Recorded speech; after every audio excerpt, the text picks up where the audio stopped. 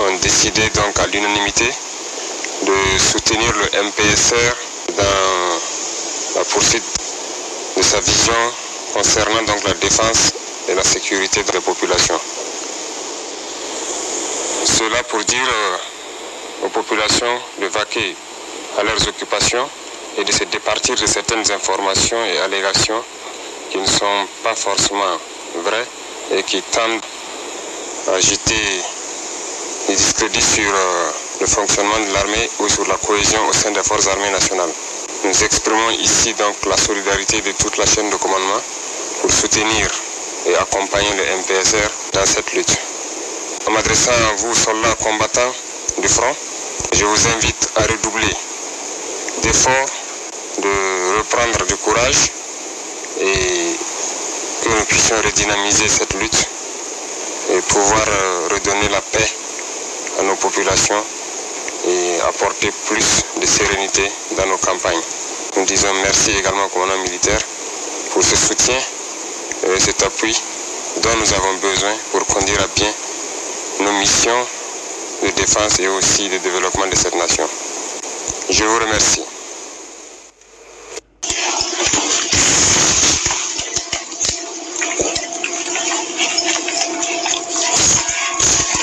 Donc, vous n'êtes pas sans savoir qu'il y a quelques heures de cela, on a malheureusement troublé vos sommeils paisibles de la ville de Ouagadougou par le bruit des arbres. Nous nous en excusons beaucoup. On ne souhaite pas, on n'a jamais souhaité, mais c'est aussi les circonstances de la vie comme ça. Donc, nous vous présentons nos excuses à vous et à tous les Ouagadougouis pour le bruit des arbres de ces jours. Cela est lié parce que certaines choses ne fonctionnent pas bien. Nous avons constaté et que nous allons aussi vous dire ici. On a l'art de toujours rejeter la faute sur nos opposants. Je crois que la plupart de vous ici sont plus anciens que moi. Donc, ce que je vais vous dire, c'est que il faut vraiment changer de rythme. Il faut changer de rythme, il faut aller vite. Tout le pays, c'est de l'urgence. Donc chacun à son niveau doit pouvoir aller plus vite et abandonner les lourdeurs administratives inutiles là. Je ne pourrais pas citer tel point où il faut être rapide. C'est tout le monde. Tout est urgent. De la sécurité à la défense, à la santé, l'action sociale, à l'infrastructure, tout est urgent. On va devoir aller vite.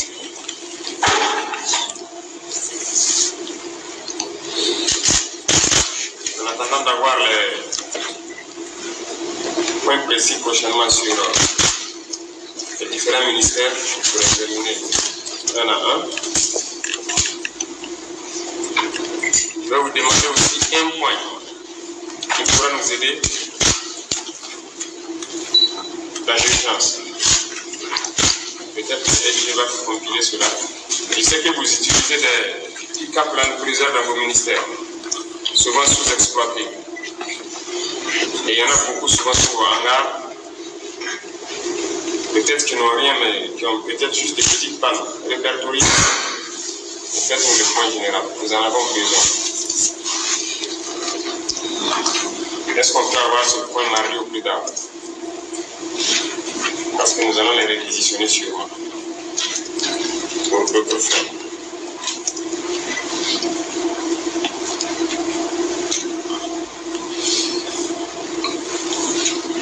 Donc, on va vous inviter encore une fois de plus au travail, mais à une vitesse plus rapide. Nous sommes en octobre. L'année est bientôt finie. Mais supposez que ça commence. Dans les 3 mois, nous devons pouvoir faire ce que nous devrions faire dans les 12 mois. Donc, une fois de plus, je vous en prie, les lourdeurs administratives, il faut nous en épargner. Il y a des gens aussi dans les ministères qui ont l'art de chaque fois prendre les dossiers, les poser, pas les traiter, ou souvent même qu'ils osent demander autre chose avant de les traiter. Donc, repérez ces gens et agissez. Quand on vient au travail le matin et qu'on doit repartir le soir, il n'y a pas de raison que d'autres viennent qui gardent d'autres choses dans les tiroirs et que ça traîne. Trop de dossiers traînent, c'est pas normal. Nous le disons parce que nous partons dans beaucoup d'administration, il y a trop de frustration. Donc, les éléments, il faut les accélérer. D'accord? Donc, c'est l'invite que nous avons, a priori. Donc, comme je disais, une prise de contact, commencez à faire le point. Quand je dis le point global, étape par étape dans mon ministère, que nous allons besoin sûrement pour la semaine. Donc, en attendant, le mardi, je fais le point de ces types de véhicules que nous appelons les Land Cruiser. C'est le cas. Qu'ils soient en panne mineure ou quoi, pour les accueillir tout.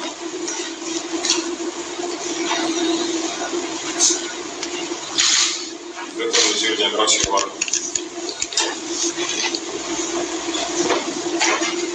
Et tout ce qui pourra contribuer au combat, localement trouvé, nous irons nous battre avec. D'accord?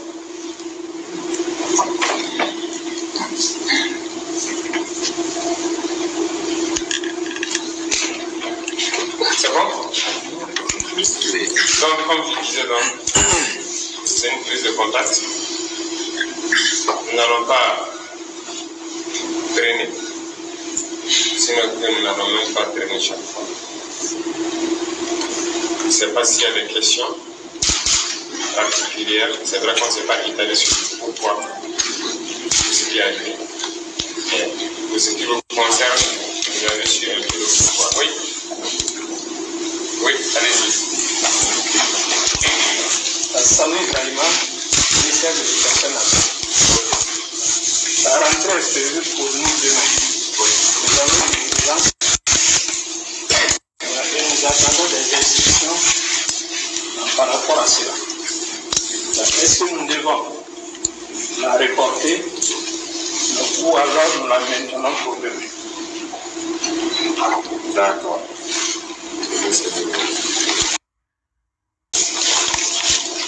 Ok. Je pense que les événements que vous avez connus ces 2 jours ont connu un dénouement ces dernières heures, ce qui nous amène devant vous. Donc, on a dit donc de reprendre les activités et de continuer l'administration. Donc, je pense que les enfants peuvent repartir à l'école. Les instructions seront données donc, aux différentes structures de sécurité pour aussi assurer un minimum de sécurité dans la ville. Est-ce qu'il y a d'autres contraintes particulières?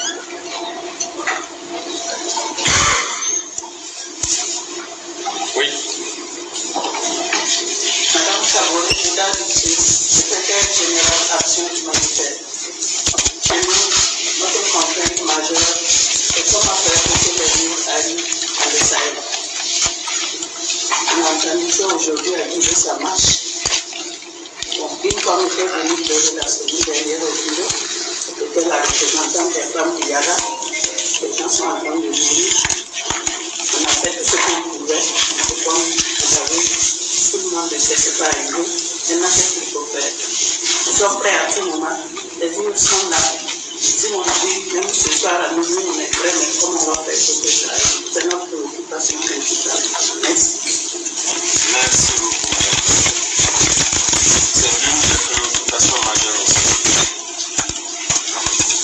Il n'y a pas de raison que les gens meurent de faim. Donc, notamment les camions et l'escorte. C'est de ça qu'il s'agit. Ok.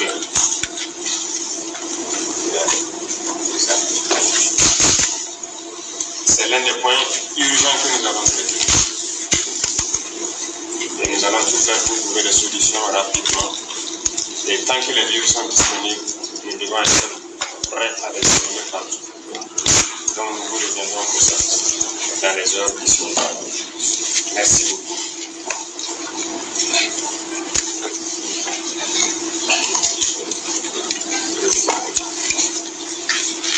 Oui, monsieur.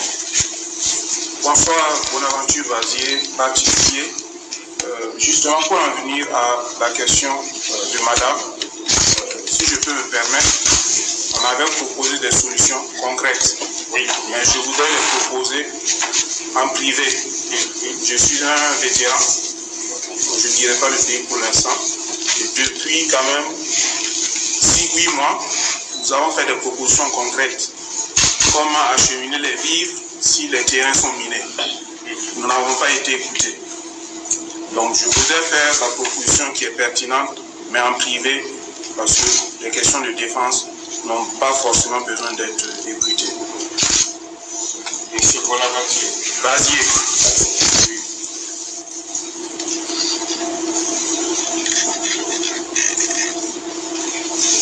Et si je peux me permettre, mon capitaine, c'est un point aussi assez urgent. La société pour laquelle je travaille, nous avions remporté l'appel d'offres pour construire le chemin de fer, la côte atlantique jusqu'à Ouagadougou. Le nouveau chemin de fer. Vous pourrez vous référer peut-être au secrétaire général du ministère des Transports. Le dossier piétine depuis 7 mois. Et nos investisseurs nous ont donné un délai pour ce financement d'à peu près 3 milliards de dollars. Nous ne voulons pas que le Burkina Faso perde cette opportunité et que le projet aille plutôt au pays qui est sur la côte atlantique. Ça aussi, c'est une urgence. Et si je peux, j'aimerais bien adresser cette question. J'étais supposé retourner à New York demain, mais je pense que l'occasion est heureuse. On va différer et vu la position de ceux qui avaient les anciennes rails, je crois qu'il y a une opportunité de redémarrer ce projet pour que le Burkina Faso puisse avoir des infrastructures ouvertes aux standards internationaux et durables. Merci.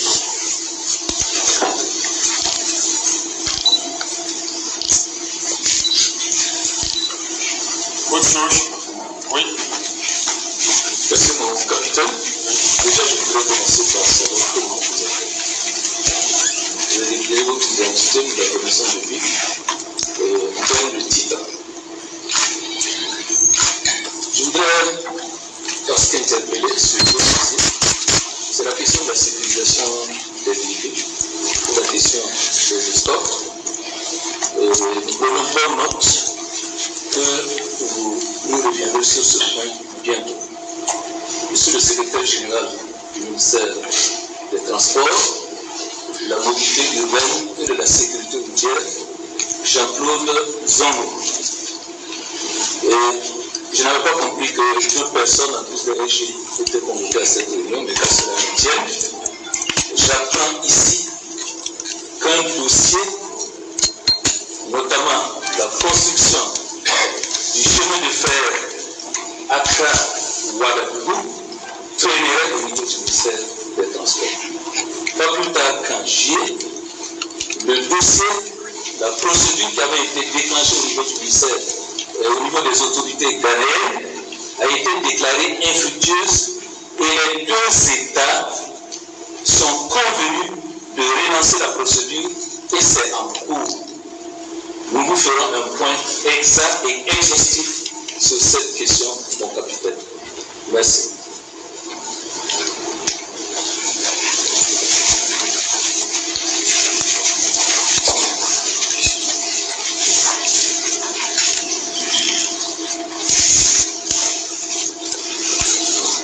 Merci, M. Jean-Claude Zongo.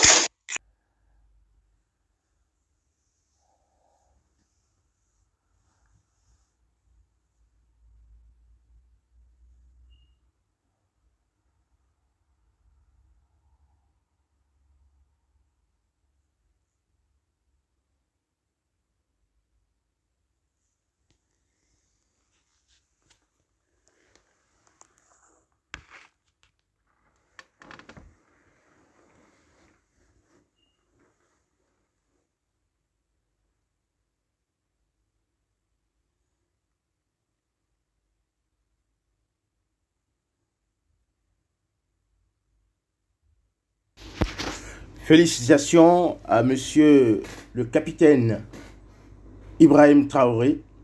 Très félicitations, mais la situation n'est pas encore stable. Il faut éviter totalement de vouloir s'adresser à la France en répondant aux interviews chez France 24, chez RFI. Ce ne sont pas nos médias. Il faut parler sur la chaîne de télévision de Burkina. Et nous irons chercher les informations là-bas. Les autres viendront chercher les informations sur votre propre chaîne. Maintenant, il faut sécuriser votre pouvoir. Et pour sécuriser votre pouvoir, vous devez écouter le peuple. Cimentez-vous avec le peuple. C'est le peuple qui vous a gardé. C'est le peuple qui est sorti et qui s'est mis entre les Français et vous. C'est pourquoi vous êtes là. Donc, faites la volonté du peuple. C'est pourquoi je vous conseille d'être en communion avec ce peuple-là. L'ambassadeur doit partir. L'ambassadeur de la France doit partir. Parce qu'il va infiltrer ton équipe. Et parmi eux, comme ils l'ont fait pour Sankara, ils le feront aussi pour toi. Donc, c'est pour cela qu'il faut automatiquement être prudent. Je te conseille de ne...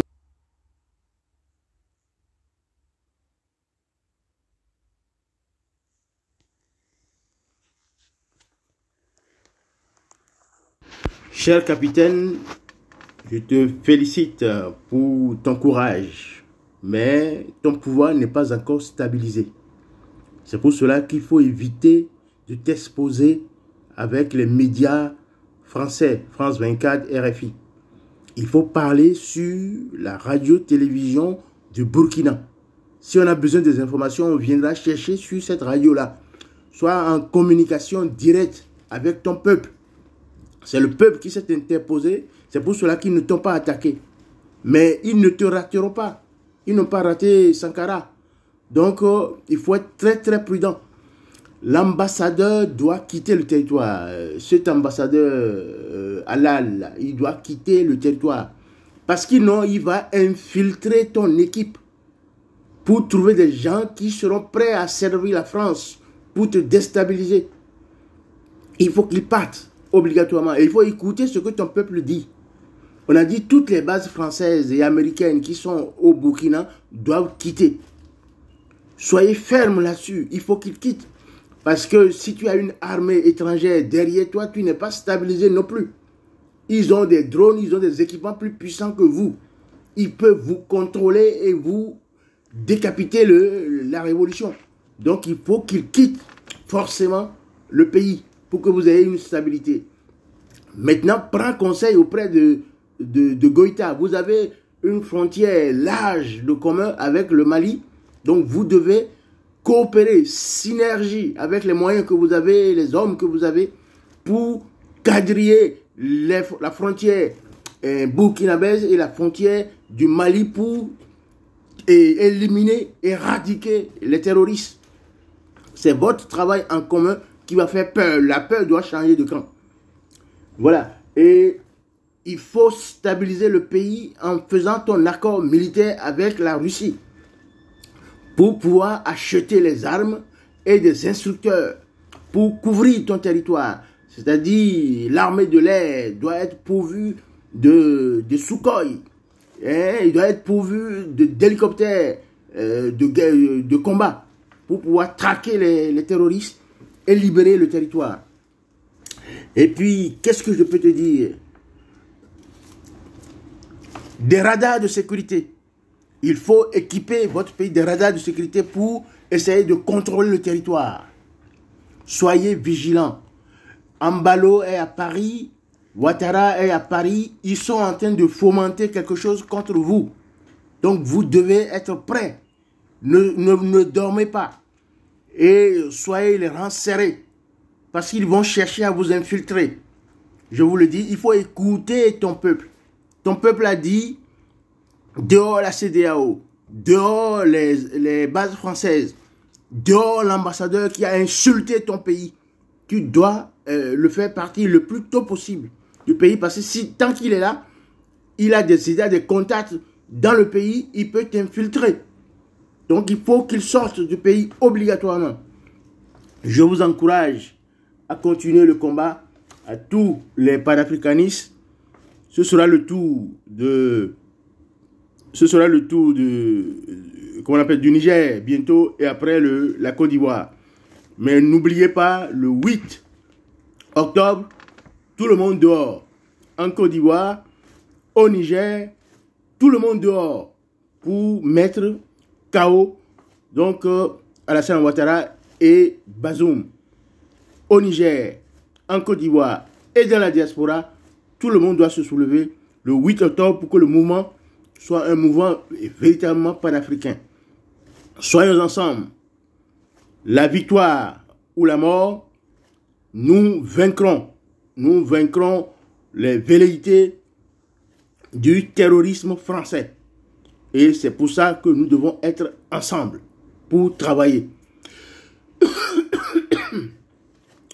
Rapprochez-vous de Assimi Goïta au Mali. Faites, comment on appelle, une armée conjointe pour protéger vos frontières.